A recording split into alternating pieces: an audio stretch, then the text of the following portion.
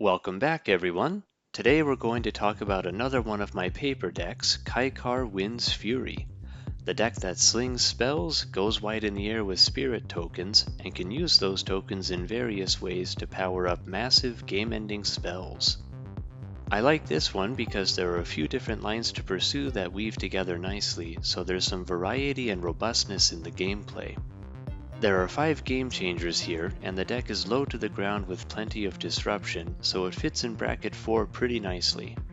If you want to take this to the very top of bracket 4, make some cuts for more high power staples and fast mana like Rhystic Study, Mystic Remora, the One Ring, Moxen, and so on. Let's run through the list. There are only 15 creature cards. First we have Agate Instigator, one of several impact damage effects that also synergizes with token stuff thanks to its Offspring ability. It can do a lot of damage over time or in bursts with certain spells. Harmonic Prodigy doubles up our Kykar triggers to give us more tokens. There are other wizards with triggered abilities in the deck that can be doubled too, so this is a powerful inclusion. Monastery Mentor creates an army of monks with prowess, which can be quite deadly, an excellent supplement to Kykar's 1/1 spirits. Veyran, Voice of Duality, doubles up abilities that trigger when casting instants and sorceries, mainly Kykars and Monastery Mentors. It can become a significant attacker itself after casting just a few spells too, especially if you have the aforementioned Harmonic Prodigy in play. Next up, we have a newcomer from Final Fantasy that has become quite the boogeyman, Vivi Ornithir. With all the non-creature spells we cast, this will do a lot of damage throughout the game, especially if we have double triggers via Harmonic Prodigy or Veyran. And the mana ability can help take over and finish the game if it's not dealt with quickly. Archmage Emeritus draws a lot of extra cards as we start slinging our spells, especially if we also have Harmonic Prodigy or Veyran in play. Benny Brack's Zoologist can also draw us a lot of extra cards throughout the game, especially since it's relatively easy for us to create tokens on our opponent's turns as well as our own. Kykar Zephyr Awakener is an alternate source of 1/1 spirits and can also provide protection for important creatures on occasion. He's a 3/4 flyer himself, so he can get in for good chunks of damage too. Mondrak Glory Dominus doubles up our token production, a straightforward inclusion. It's easy for us to use his ability and make him indestructible too. People are going to be gunning for him, so don't forget about this ability. Nesting Dovehawk helps us grow our army of tokens and can become a game-ending hitter itself. I especially like using this to populate Agate Instigator's Offspring tokens. You'll be burning the table down super fast with that combination. Perforos, God of the Forge, does a ton of damage with the tokens we produce. His activated ability can help close out games sometimes too. Don't forget about it. Next up we have a cool one from Warhammer, Magnus the Red. Discounting all the instants and sorceries by the number of creature tokens we control is very powerful, especially the X spells. And as a 4/5 flyer, he can get in for a lot of damage himself. Ohairtalk Deepest Foundation triples the creature tokens, including Agate Instigator Offspring tokens. No way! He's hard to get rid of for good, and as a 6/6 with Vigilance, he's good on offense and defense. Titan of Lityara can draw us a boatload of cards and does well on offense and defense too. Always happy to see this guy. And finally, we have Moonshaker Cavalry to help us close out games with our army of creature tokens. Easy! There are 8 sorceries. First up, we have a trio of cheap cantrips, Gitaxian Probe, Ponder, and Preordain. These dig through the deck and provide card selection while helping us build up our token army cheaply. Then we have Crackle with Power, an awesome splashy finisher that's easily powered up by our spirit tokens Magnus the Red and ritual effects. Next we have All hailing us!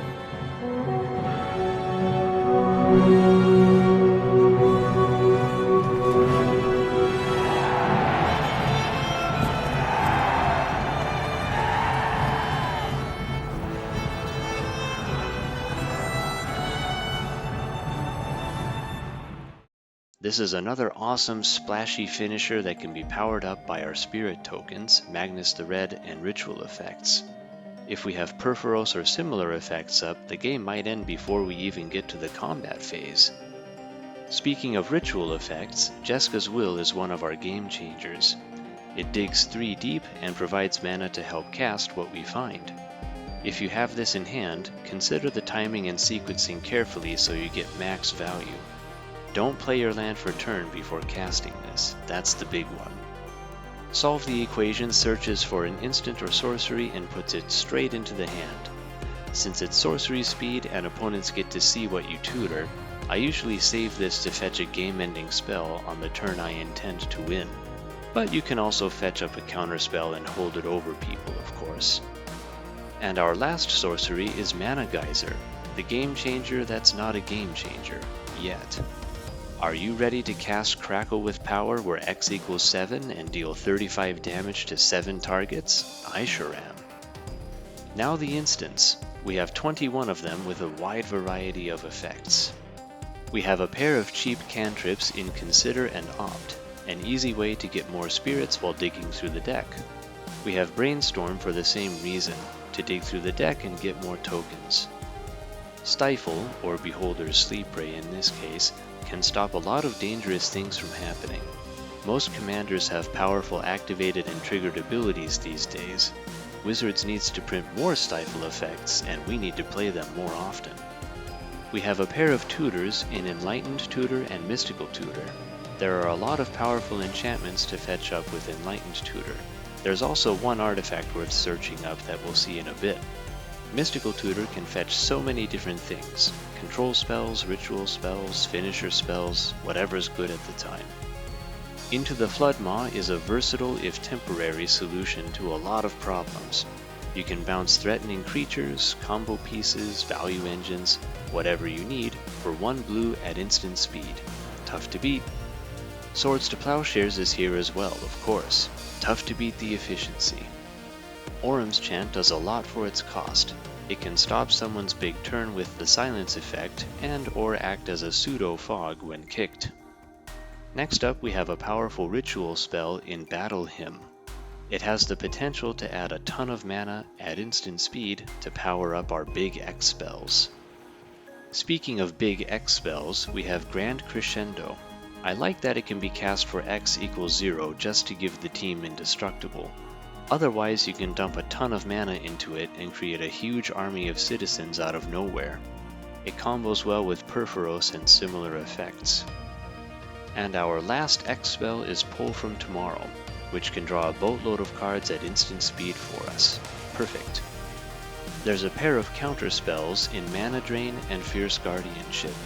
These protect all our hard work or stop the opponent's game-winning moves. Use them wisely. Deflecting Swat also protects our board and sometimes leads to massive blowouts. It feels great to redirect a removal spell aimed at Kykar to someone else's important piece. Sink into Stupor is an incredible MDFC. It stops powerful spells, if only temporarily, or bounces dangerous things on the board. Or it can be a land if needed. So much flexibility. Next we have... I am certain to the secret fire, wielder of the flame of Arnor. The dark fire will not avail you, flame of Udun!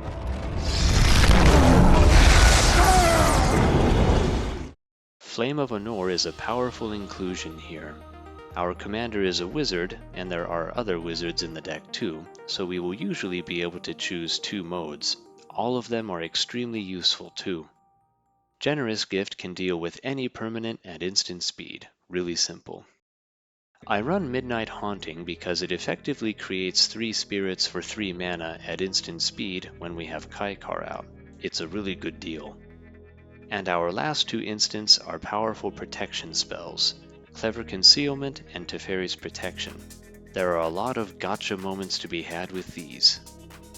There are 9 artifacts, 8 of which are mana rocks to help us ramp and get Kykar on the battlefield quickly. Those are Soul Ring, Arcane Signet, Azorius Signet, Felwar Stone, Izzet Signet, Talisman of Creativity, Talisman of Progress, and Thought Vessel. The final artifact is Skull Clamp, which can draw tons of cards and churn through the deck at light speed. It's a top target for Enlightened Tutor and Urza's Saga. We have 7 enchantments. First up, there's Impact Tremors and War Leader's Call, which can put out a ton of damage throughout the game. War Leader's Call also has the +1/+1 Anthem, which makes our 1/1 spirits more deadly. It's one of the best cards in the deck. Sorcerer class provides a little card advantage and turns our creatures into mana dorks so we can toss out tons of spells or one big X spell. Caretaker's Talent can draw us tons of extra cards, especially since we often generate tokens on our opponent's turns. And the Anthem at level 3 is quite powerful too, perfect fit for this deck. Here's a powerful newcomer from Aetherdrift Commander, Renewed Solidarity. Generally, we choose Spirit to give them a little power boost and massively increase their numbers, but if you're ready to fire off a big 4th Aerlingus or Grand Crescendo, you might choose Human or Citizen, especially if you have a source of impact damage up. Anointed Procession is an obvious inclusion. Doubling token output in a token deck is always good. And since we have a lot of flyers, Reconnaissance Mission has the potential to draw us a lot of cards. And lastly, a quick look at the lands.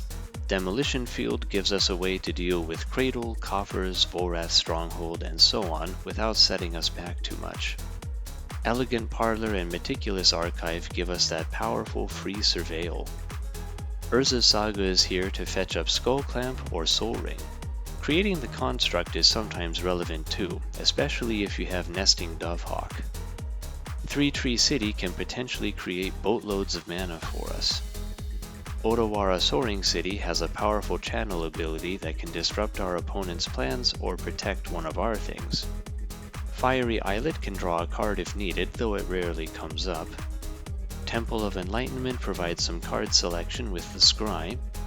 Reliquary Tower grants no max hand size, useful since the deck can draw a ton of cards. And finally, the other 29 lands strictly color fix. Now for the stats. Here's a simple category breakdown. Check out the deck list in the description and enable tags to see how I categorized things in more detail. The mana distribution leans blue, and the mana base supports that pretty well. I do want to swap out a couple of the white-red or blue-red lands for a couple more white-blue lands at some point, but it works well as is. As mentioned earlier, the curve is very low to the ground, with the vast majority of the deck being 4 mana or less. And with 38 lands plus the MDFC, it stays on curve consistently. Now let's talk about how to play this. We want to start creating spirit tokens ASAP, so the ideal is to ramp on turn 2, then cast Kykar on turn 3. Casting Kykar on curve on turn 4 is fine too though. There are plenty of powerful things we can cast on curve on turn 2 and 3, like Impact Tremors, Harmonic Prodigy, Caretaker's Talent, and so on. There's some flexibility with the opener. After that, we cast a bunch of non-creature spells to create spirit tokens. The vast majority of the deck is non-creature spells, so we'll create a lot of spirits quite quickly. We can often get in for a little damage with our flyers to whittle life totals down as we dig through the deck for impact damage, multipliers, and finishers. Then we have a number of ways to end the game when the opportunity comes. Some of my favorites are having an Impact Tremors effect in play and using our tokens and token-related mana effects like Magnus the Red or Cadus, Sea Tyrant of Segovia, and or ritual effects to cast a huge 4th Aerlingus or Grand Crescendo. A very satisfying way to finish the game. Similarly, having a lot of spirits and token-related mana effects or rituals to cast a huge Crackle with power is a lot of fun. Or we can simply keep attacking and eventually cast a Moonshaker Cavalry. Easy. Use the protection and disruption spells wisely. We have a lot in here, but they're not inexhaustible. Board wipes and losing Kykar too many times are the biggest weaknesses we need to cover for. That's all for now. The deck list is in the description as usual.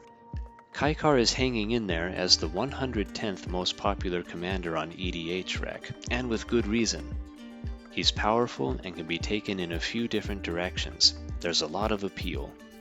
With the release of Avatar: The Last Airbender set, I'm eyeing some of the firebending cards like Sozin's Comet and thinking about reworking the deck a bit to include a few more instant speed finishers like Comet Storm or activated abilities like Fire Nation Archers.